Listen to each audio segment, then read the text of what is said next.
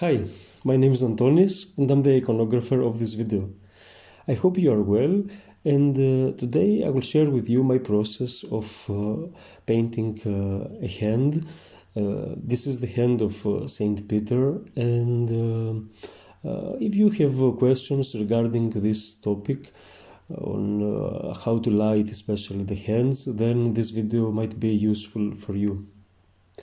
I hope you are creative and healthy this time of the year, and stay with me. I will try to explain this process as thoroughly as I can. Now, as you see, I have started this video and I have already painted the base color on the hands of Saint Peter.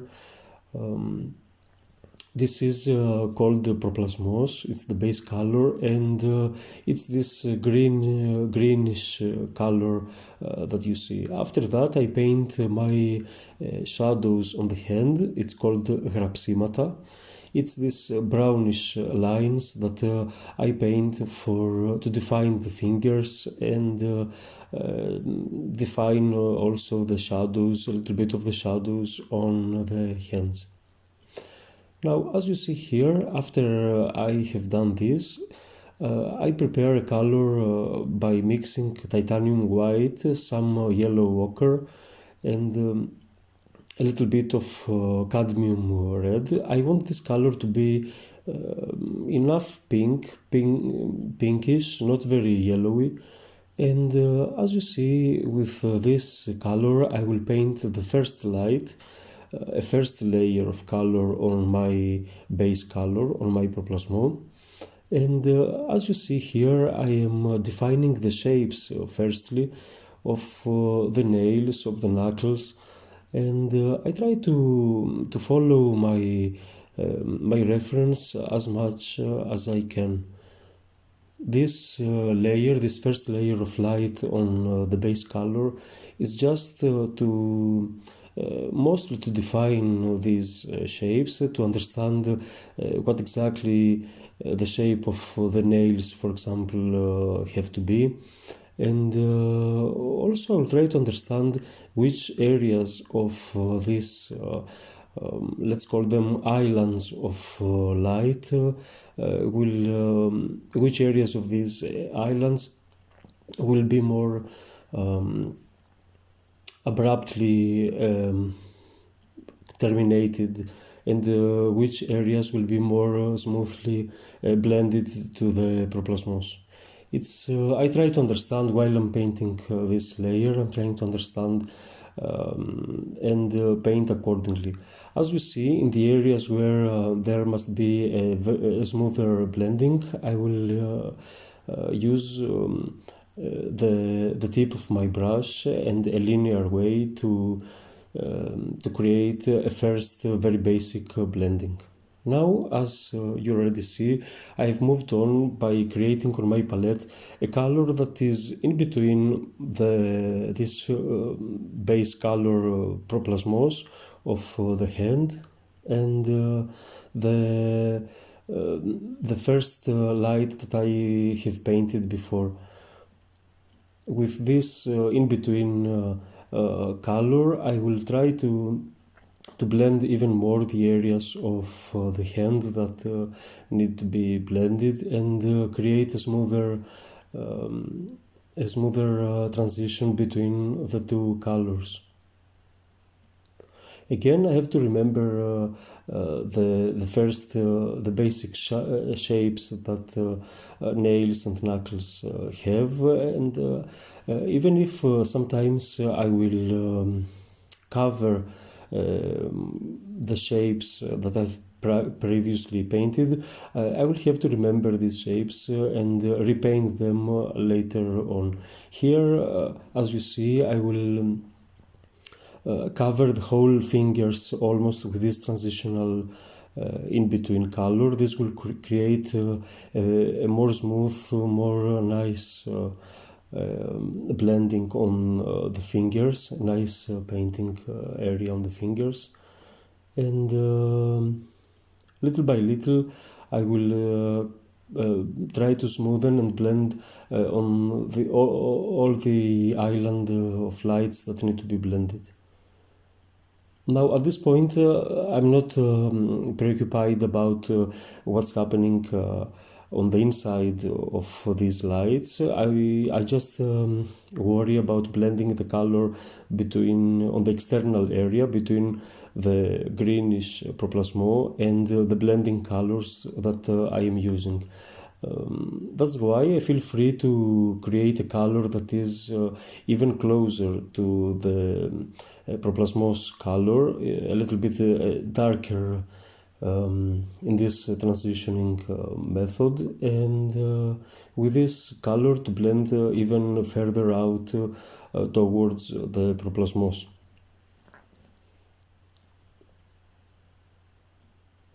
So at this point, do not really worry if the icon looks horrible, it looks bad. This is something very soon that you will fix with the next layers of colors. If you find this video helpful or in your interests, if this is something that inspires you to be more in the studio, feel free to like this video and subscribe. I have to thank all my patrons for supporting this channel, and I've said that sometimes it's hard for me to be consistently here, especially in the winter months, but winter here is almost over, so I plan to be more dynamically with you. Now, as you see, I've created an in-between color here that is closer to the light this time, and with this color now I will try to smoothen even more, redefine the shapes of the fingers and knuckles and all this according to my reference always, and always using the tip of my brush, I will reshape and redefine these areas. Now, when painting hands or when you draw hands, you have to know some, to understand, basic anatomy of a human hand. You have to remember that each knuckle is not same in length to the other, that the knuckles that are closer to the hand, to the palm of the hand, are bigger than those towards the nails. And try to observe your own hand and try to understand the basic anatomy of the hand. We have said many times that although Byzantine iconography is not directly referring to the anatomy and the realism, it still is closely related, in my opinion, and iconographers really know human anatomy, understand how the body works, functions, and they find a way to translate this knowledge into the Byzantine vocabulary of iconography.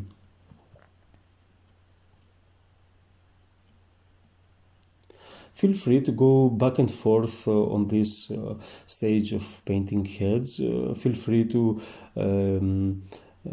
revisit your previous layer, and if something doesn't look great in blending or how you like it, feel free to create a color that is slightly darker or lighter, and with this color try to smoothen and blend even better. Now, try to use, as I said, the tip of your brush, and do create these fine lines at this stage. They are very characteristic of the Cretan iconographic tradition, and they will create this base for beautiful psimithies, highlights later on in the painting.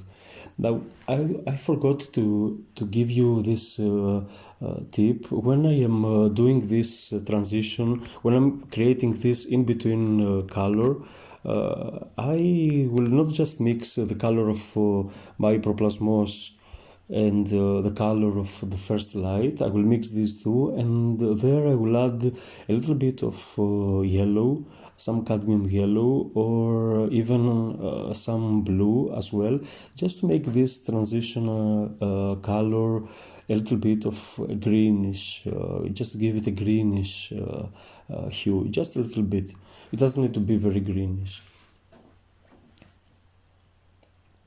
Yellow is very I use a lot yellow. It's very useful to lighten up things, and get things to be more lively. So here, as you see, I've created a color that is exactly the first color of the light that I used, but a little bit more liquid, more watery. When I say watery, I mean I just add some more of the egg tempera solution on my palette. It's a very thin color, and with this I will again redefine these shapes, and I will try to establish, let's say, this first color, first light, upon which the highlights will be painted later on. Now, I understand that maybe I don't explain things very well.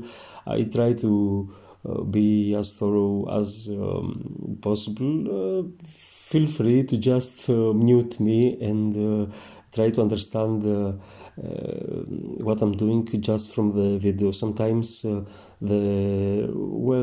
most of the times the image, the moving image is much more helpful than my explanations.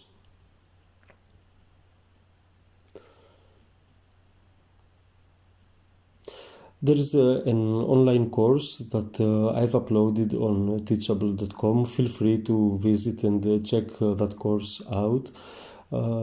It's a bunch of around 25 videos where I explain the process of painting an icon from scratch, from the beginning to the end. And it's, I believe, a nice course. I try to answer all the questions that students might have, and explain in these videos step by step my process from drawing an eye, the eyes, the facial features, until vernishing an icon. You can check that out and see if it's something that could be helpful for you.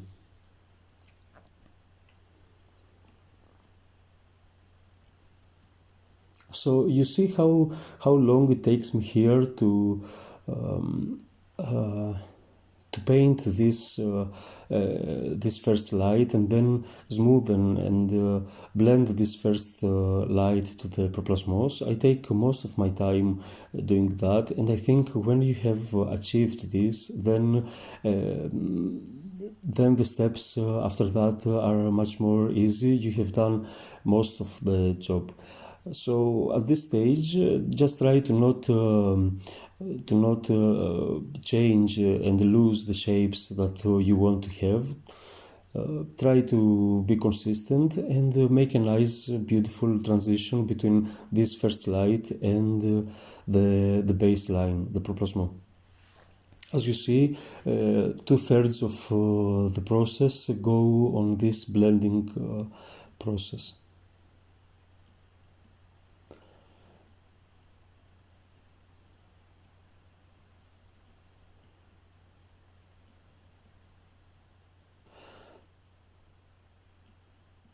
Now, at the end of this process, I will take a color that is a little bit more light than the previous one, and with this I'll start by painting these simitiers, these highlights as we call them. This light here is not very too much brighter than the previous one. It is of course lighter, it is brighter, but not completely white. So to make this, I just add some titanium white on my previous first light color, and I also added, I would like this to be a little bit more pinkish, let's say, to have more red in its consistency than the previous one. So I will add some titanium white and a little bit of cadmium red, and as you see, I will start by painting these highlights according to my reference. Make sure here that the consistency of your color is liquid enough, is thin enough, but not runny, not extremely liquid, and that you feel comfortable with your brush, that you know how your brush behaves, and try to place these very tricky, I would say, highlights. Try to place them as nicely as possible.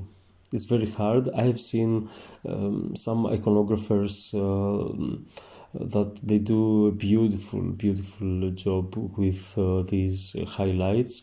I do my best. I try to be consistent. The important, I would say, the key here and the secret for great psmiths is to have those really do their job.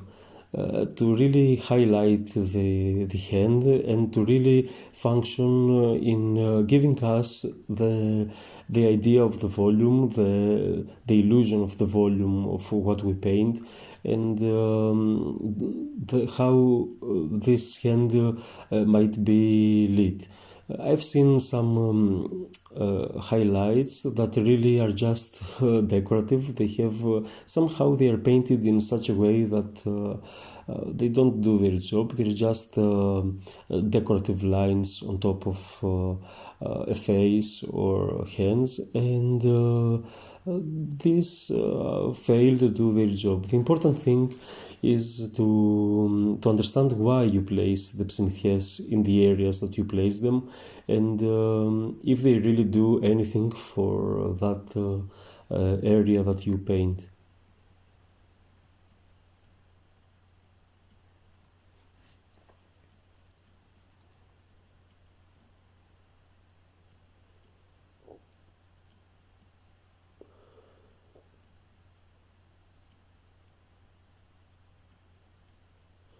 For many students of iconography, this part is very hard. I would say you can start if you are a beginner in iconography, you can start with paintings, with copying and studying icons that have less highlights, less psmiths, and try to understand the basic logic, let's say, the basic way of thinking of those iconographers when they painted, and then proceed on with studying these icons of the Cretan style, which have so heavily painted with these psmiths, and they are hard to master those. So now here what you see me doing is adding a layer of this thinner second light in between the psmiths, just to unify them a little bit, just to make things a little bit more less abrupt, more smooth, and more nicely integrated, the second layer to the first, this second light to the first. So I just create a color that is very runny, maybe also a little bit darker than this second light, and with this, as you see here, I will add and blend in between the second light and the first light. I do hope this makes sense to you and you understand what I'm talking about. Again, the video itself is more explanatory than I am. And now I'm almost ready to proceed with my highlights, my plain titanium white highlights. Here I'm very careful to step on the previous highlights, but also to not overdo myself. These plain titanium white highlights do not need to be long, do not need to be too many. Just try to place a few of them in some crucial points, and let the rest of the highlights you did before appear somehow in all their glory. So for the most part, this is the way I paint a hand, the ψημιθιές of a hand. I hope this makes sense to you, or it helped you organize your thoughts on painting hands. I understand that hands are very, very hard for many students and for many people. And it's true, they are hard, they have these knuckles, they have no eyes. I know that some iconographers, me included, we just love to paint eyes and nothing more. I could paint eyes forever. So, yeah, hands can be hard, but, we approach this in the spirit of students, me included, and we try to become better and better, and not to insult in any way the previous masters that have worked on this holy tradition. So be healthy, be well, try to be more in the studio. It's always nice to do these videos for you. I feel connected, I feel part of a great community. Feel free to comment below on the comments, and thank you all for being here and supporting me. Be well, be creative. I will see you soon with another video. Bye.